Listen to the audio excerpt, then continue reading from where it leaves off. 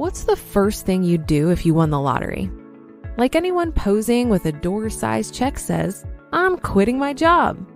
That's why I really admire anyone who loves what they do, who can sit there doing the same thing for half a century, because in reality, 85% of people hate their job. So while lottery tickets are one way to escape the rat race, isn't there a more practical strategy?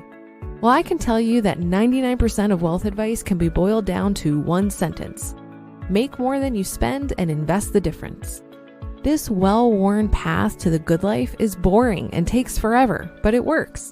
I know because after many years spent investing, I had enough money to meet living expenses without working. So yeah, at age 37, I quit.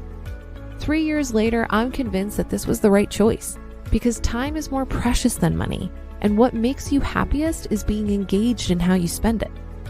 You're almost definitely working more than 8 hours a day. It's easy to trick yourself into thinking you work 8 hours per day, but let's do the math. You wake up early, hop in the shower, get dressed, eat breakfast. You're in the car at 7:30 for that twice-a-day punishment called rush hour. At the office until 5, and then back in the car to make it home by 5:30. That's 10 hours per day or $2,500 per year without adding the evening calls and emails. And if you hate your job, what kind of life is that? These days, I spend my time eating super clean, lifting weights, meditating, and doing yoga. You free the hours to do all the things you know you should do, but don't have time for. You don't have to stop learning when you stop working. A common concern people have about leaving the workforce early is their knowledge and skills deteriorating. If they need a job someday, they'll earn less than if they just stayed. But isn't this only true if you're the type of person who's going to sit on the couch all day watching old movies?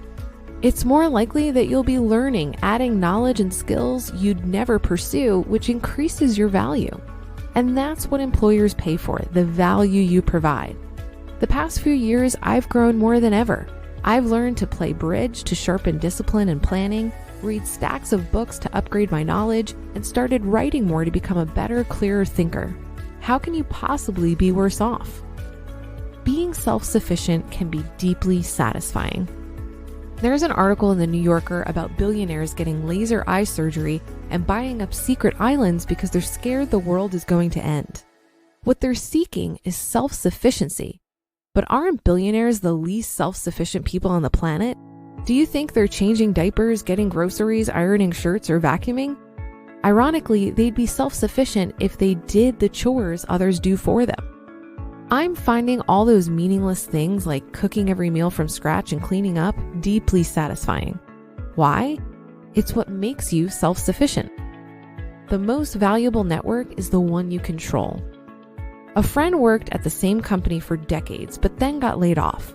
They were desperate for a paycheck, but didn't have a network. This is why it's beneficial to switch jobs every few years in order to expand your connections. The other way to network is to do things in public for the public. Years ago, I started a website to share what I was noticing about money and investing. Today, there's pre-built platforms for everything: podcasts, videos, writing, and so on. What happens is people from around the world, actors, athletes, authors, producers, speakers, eventually find you and introduce themselves. Call them connections or friends. The point is, you've built a network you control that no one can take away. It pays to stay invested. The path to getting rich is making more than you spend and investing the difference, and making sure to invest that difference in things producing things. For instance, what does a chunk of gold produce? You're just hoping someone else pays more than what you paid, and that person hopes the same thing. On the other hand, an apartment building produces monthly cash flow. Shares of stock, which are part ownership of a business, produce revenue and earnings. I've been in stocks since 2001. Yes, it's been a roller coaster ride with the dot-com bubble, housing bubble, and global financial crisis.